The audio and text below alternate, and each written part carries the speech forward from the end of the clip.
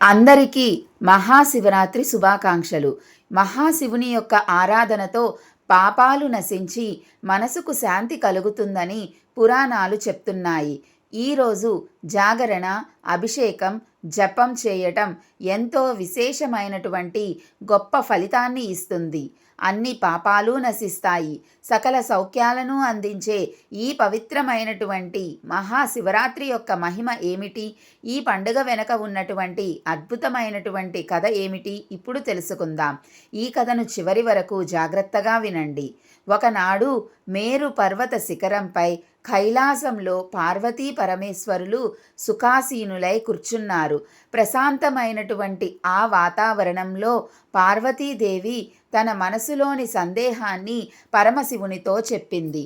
ప్రభూ, భూలోకంలో మానవులు పాపాలు చేస్తూనే ఉంటారు. వారు చనిపోయిన తరువాత వారి పాపాలను ఎలా పోగొట్టుకోగలరు? ఒకవేళ భూమి మీద బ్రతికుండగానే ఏ వ్రతం చేస్తే వారికి మోక్షం లభిస్తుంది? ఏ వ్రతం అంత పవిత్రమైనది? దయచేసి నాకు తెలియచేయండి అని పార్వతీదేవి ప్రశ్నించింది. అప్పుడు కరుణామయుడైనటువంటి ఆ భోలా శంకరుడు చిరునవ్వుతో ఈ విధంగా బదులిచ్చాడు. దేవి, మహాశివరాత్రి వ్రతం అత్యంత పవిత్రమైనది. మాఘ మాస బహుళ చతుర్దశి నాడు ఈ వ్రతాన్ని ఆచరించాలి.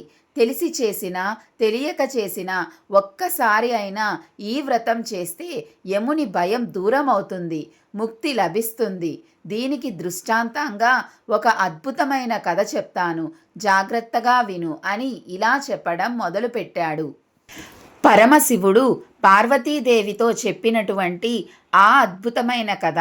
పూర్వకాలంలో మధ్యదేశంలో ఒక చిన్న గ్రామంలో చిత్రబాను అనే వేటగాడు ఉండేవాడు.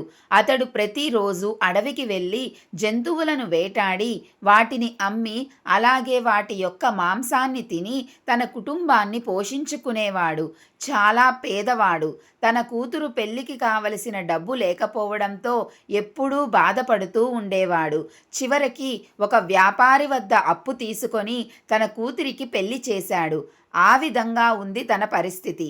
కానీ నిర్ణీత సమయంలో అప్పు తీర్చలేకపోవడంతో కోపగించిన ఆ వ్యాపారి అతన్ని పట్టుకొని చెరసాలలో బంధించాడు. ఆ రోజు యాదృచ్ఛికంగా మహాశివరాత్రి. చెరసాల వద్ద పండితులు భక్తులకు శివపురాణ కథలు వినిపిస్తున్నారు. చిత్రబానుడు కూడా ఆ పవిత్ర శివకథలను శ్రద్ధగా విన్నాడు. వేరే గత్యంతరం లేక ఆ మాటలు తన చెవిన పడుతూనే ఉన్నాయి. ఇక సాయంత్రం అయినప్పుడు వ్యాపారిని బ్రతిమలాడుకున్నాడు. కాళ్ళా వేలా పడ్డాడు. దయచేసి నన్ను ఈరోజు వదిలేయండి, రేపటికల్లా అప్పు మొత్తాన్ని తీర్చేస్తాను అని ఎంతగానో వేడుకున్నాడు. ఆ వ్యాపారి అతని మాటను నమ్మి వదిలేశాడు. ఇక చెరసాల నుండి విడుదలైనటువంటి చిత్రబాను వెంటనే మళ్ళీ వేటకు బయలుదేరాడు. జంతువుల కొమ్ములు, దంతాలు, చర్మం, మాంసం అన్నింటినీ అమ్మి డబ్బు సంపాదించి రేపు వ్యాపారికి అప్పు తీర్చాలి అని మనసులో దృఢంగా నిశ్చయించుకున్నాడు. అడవి అంతా పిచ్చివాడిలా తిరిగాడు. చాలా దాహం మరియు ఆకలి వేసింది. చివరికి ఒక చెరువు దగ్గరికి చేరుకున్నాడు. నీళ్లు తాగి చెరువు పక్కనే ఉన్నటువంటి ఒక పెద్ద మారేడు చెట్టు పైకి ఎక్కి కూర్చున్నాడు. ఓహో, ఇక్కడ కూర్చుంటే ఖచ్చితంగా జంతువులైతే వస్తాయి. జంతువులు నీళ్లు త్రాగటానికి వచ్చేటప్పుడు వాటిని వేటాడటానికి ఇదే మంచి ప్రదేశం. ఆ విధంగా తన మనసులో అనుకున్నాడు. సమయం కోసం ఎదురు చూస్తూనే ఉన్నాడు. కానీ తనకు తెలియకుండా ఆ చెట్టు కింద ఒక శివలింగం ఉంది. ఆ విషయం నిజంగానే తనకు తెలియదు. ఆ చెట్ల కొమ్మల మధ్య దాక్కోవాలి అన్న ఉద్దేశంతో చిత్రబాను అక్కడ ఉన్నటువంటి ఆ మారేడు ఆకులు అన్నింటినీ త్రుంచి మెల్లగా క్రింద పడేస్తున్నాడు. అతనికి తెలియకుండానే ఆ మారేడు ఆకులు శివలింగం మీద ఒక్కొక్కటి పడుతూ ఉన్నాయి. ఇది ఆ పరమశివునికి పూజ అయ్యింది. కాసేపటికి చీకటి పడింది. రాత్రి అయ్యింది. అప్పుడే ఆ నీటి వద్దకు ఒక గర్భిణీ జింక నీళ్లు తాగటానికి వచ్చింది. చిత్రబాను వెంటనే బాణాన్ని గురిపెట్టాడు. ఆ విషయాన్ని గ్రహించినటువంటి ఆ జింక వేడుకుంటూ ఈ విధంగా అంది: ఓ వేటగాడా, నేను గర్భిణీని. నేను కొద్దిసేపట్లో నా బిడ్డకు జన్మని ఇస్తాను. నన్ను చంపితే 2 అమాయక ప్రాణాలు పోతాయి. మహా పాపం కూడా నీకు తగులుతుంది. దయచేసి నా బిడ్డను కనే వరకు ఆగు. నా బిడ్డను కన్నాక మళ్ళీ వస్తాను. అప్పుడు నన్ను చంపు. నీ దగ్గరికి తప్పకుండా వస్తాను అని మాట ఇచ్చింది. ఆ మాటలు విన్నటువంటి వేటగాడికి తన హృదయంలో జాలి కలిగింది. సరే వెళ్ళు, తిరిగి రావాలి కానీ అన్నాడు. ఆ జింక సరే అంటూ వెళ్ళిపోయింది. కాసేపటికి మరో జింక వచ్చింది. మళ్ళీ చిత్రబాను బాణాన్ని సిద్ధం చేశాడు. ఆ జింక మళ్ళీ తనతో ఈ విధంగా మాట్లాడి విన్నవించింది: వేటగాడా, నేను నా భర్తను వెతుకుతున్నాను. అతను ఎక్కడికి వెళ్ళాడో కూడా తెలియదు. నన్ను వెళ్ళనివ్వు. అతన్ని కలిసి మళ్ళీ వస్తాను. దయచేసి నా కోసం కాసేపటి వరకు వేచి ఉండు. ఆ వేటగాడి హృదయం మరింత కరిగింది. సరే వెళ్ళు అని మాట మాత్రం తప్పకూడదు అని కోపంతో అన్నాడు. ఆ జింక కూడా వెళ్ళిపోయింది. ఇంతలోనే తన పిల్లలతో మరో జింక కూడా వచ్చింది. చిత్రబాను మూడవసారి ఆ బాణాన్ని సంధించి వేయబోయాడు. మళ్ళీ ఆ జింక కూడా ప్రార్థించింది: దయగల వేటగాడా, నా పిల్లలను నా భర్త దగ్గర సురక్షితంగా వదిలేసి వస్తాను.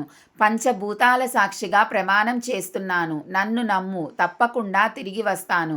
అంతే. ఇప్పటికే 2 జింకల్ని ప్రాణాలతో వదిలేసిన చిత్రబాను ఆలోచనలో పడ్డాడు. నాకు కూడా భార్యా పిల్లలు ఉన్నారు. వాళ్ళు కూడా ఆకలితో ఉన్నారు. ఇప్పుడు నిన్ను కూడా విడిచిపెట్టేస్తే నేను ఏమి తినాలి? ఆ జింక మాటలు విని నువ్వు ఎలా నీ పిల్లల కోసం ఆలోచిస్తున్నావో ఈ జింక కూడా తన పిల్లల కోసం ఆలోచిస్తుంది అని తన మనసులో తనతో తానే మాట్లాడుకున్నాడు. మళ్ళీ కరుణతో ఆ జింకను కూడా విడిచిపెట్టాడు. అది అక్కడి నుండి వెళ్ళిపోయింది. సూర్యోదయం దగ్గరలో ఉంది. వేటగాడికి ఇంకా ఏమీ లభించలేదు. ఆకలి మరింతగా పెరిగిపోతుంది. ఇంతలో 4వ జింక వచ్చింది. అది మొదటి 3 జింకల యొక్క భర్త. అది రాగానే ఇలా అంది: వేటగాడా, ఇప్పటి వరకు ఇక్కడికి వచ్చిన 3 జింకలు కూడా నా ప్రియమైన భార్యలు. నువ్వు వాళ్ళని చంపేసి ఉంటే ఆ దుఃఖంతో నేను బ్రతకలేను. నన్ను కూడా చంపేయ్. లేదా వాళ్ళను నమ్మినట్టే నన్ను కూడా నమ్ము. నేను వాళ్ళను కలిసి అందరం కలిసి మళ్ళీ నీ దగ్గరికి తిరిగి వస్తాము. మేము ఖచ్చితంగా మా మాటనైతే తప్పము. ఆ మాటలు విన్నటువంటి చిత్రబానుడికి అకస్మాత్తుగా ఏదో గుర్తొచ్చింది. రాత్రంతా కూడా ఉపవాసంతో గడిచింది. అదే శివరాత్రి వ్రతం అయ్యింది. నిద్ర లేకుండా తెల్లవార్లు ఎదురు చూస్తూ జాగరణ చేశాడు. మారేడు ఆకులు శివలింగం మీద పడ్డాయి. శివ పురాణ కథలు కూడా విన్నాడు. అంటే శ్రవణం కూడా జరిగింది. తెలియకుండానే అతను పరిపూర్ణమైనటువంటి మహాశివరాత్రి వ్రతాన్ని చేశాడు. ఆ పరమశివుని యొక్క దివ్య కృపతో అతని కఠినమైన హృదయం మృదువయ్యింది. మనసులో దయ, కరుణ నిండిపోయింది. కాసేపటికే ఆ 4 జింకలన్నీ కలిసి అక్కడికి వచ్చాయి. అవన్నీ కూడా వేటగాడితో చెప్పాయి: మేము మా మాట నిలబెట్టుకుంటాం. ఇప్పుడు నీకు కావాలి అంటే మమ్మల్ని చంపు. ఆ జింక మధ్య ఉన్న అపారమైన ప్రేమను, మాట మీద నిలబడే స్వభావాన్ని, కుటుంబం పట్ల వారికున్న మమకారాన్ని చూసి చిత్రబానుడికి పూర్తిగా జ్ఞానోదయం అయ్యింది. అతని కళ్ళ నిండా కన్నీళ్లు కారాయి. హృదయంలో ఉన్నటువంటి హింసాభావం పూర్తిగా పోయింది. వెళ్ళండి, నేను ఇకపై ఎప్పుడూ హింసించను. నాకు ఈరోజు జ్ఞానోదయం అయింది. మీ ప్రేమ నాకు జీవిత పాఠాన్ని నేర్పింది అని ఆ 4 జింకలని కూడా ప్రేమతో, ఉదార స్వభావంతో విడిచిపెట్టాడు. ఈ దివ్యమైనటువంటి దృశ్యాన్ని దేవలోకం నుండి దేవతలు చూస్తున్నారు. ఇక వారు ఆనందంతో పుష్పవర్షాన్ని కురిపించారు. ఆకాశం నుండి ఒక దివ్యమైనటువంటి పుష్పక విమానం దిగివచ్చింది. వేటగాడు మరియు ఆ 4 జింకలు అందరూ కలిసి ఆ విమానంలోకి ఎక్కి శివలోకానికి చేరుకున్నారు. పరమశివుడు ఈ కథను చెప్తూనే పార్వతీదేవితో ఇలా అన్నాడు: ఈ మహిమను చూశావా దేవి? స్వచ్ఛమైన మనసుతో నన్ను పూజించే వారికి వారి పాపాలన్నీ నేను తప్పక తొలగిస్తాను. జన్మ జన్మల పాపాలు క్షణంలో భస్మమవుతాయి. జంతువులను హింసించే ఈ వేటగాడి అన్ని పాపాలను హరించి అతనికి ముక్తి కలిగించాను. కఠినమైన హృదయాన్ని కోమలమైన హృదయంగా మార్చాను. హింసాభావాన్ని కూడా ప్రేమగా మార్చాను. తెలిసి చేసిన, తెలియక చేసిన, భక్తితో చేసిన, యాదృశ్చికంగా చేసిన మహాశివరాత్రి వ్రతం మహాపుణ్యదాయకం. ఇదే నా వ్రతం యొక్క మహిమ. చిత్రబాను అనే వేటగాడు తెలియకుండా ఉపవాసం ఉన్నాడు. అనుకోకుండా జాగరణ చేశాడు. యాదృశ్చికంగా శివలింగం మీద ఆకులు పడ్డాయి. అయినా సరే తాను ముక్తి పొందాడు. ఇది ఆ పరమశివుని యొక్క అనుగ్రహానికి ఓ గొప్ప సంకేతంగా చెప్పవచ్చు. మరి ఆ మహాశివరాత్రి నాడు మనం ఏం చెయ్యాలి?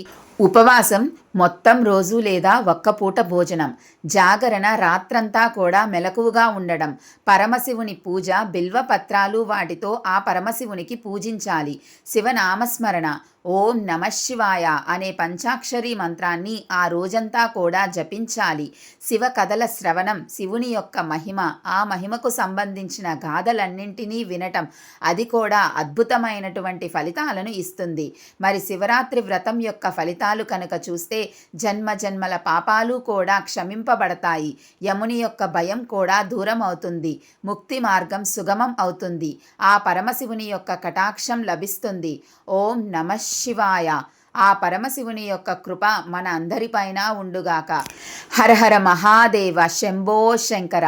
ఈ కథను భక్తితో విన్నవారికి, చదివిన వారికి సకల పాపాలు తొలగి ఆ పరమశివుని యొక్క అనుగ్రహం లభిస్తుంది. వారి కుటుంబంలో సుఖ సంతోషాలు వెల్లివిరుస్తాయి. జీవితంలో శాంతి, సంపదలు కలుగుతాయి. ఓం నమఃశివాయ అనే పంచాక్షరి మంత్రాన్ని కింద కామెంట్స్ రూపంలో రాయండి. అలాగే ఈ వీడియో కనుక మీకు నచ్చినట్లయితే లైక్ చేయండి, షేర్ చేయండి. ఇలాంటి మరిన్ని వీడియోస్ కోసం మన భక్తి శ్లోకం ఛానల్ని సబ్స్క్రైబ్ చేసుకోండి. మరొక మంచి వీడియోతో మళ్ళీ కలుద్దాం. ఆ పార్వతీ పరమేశ్వరుని యొక్క అనుగ్రహం మీ అందరిపైన ఉండాలని కోరుకుంటూ సర్వేజనా సుఖినో భవంతు.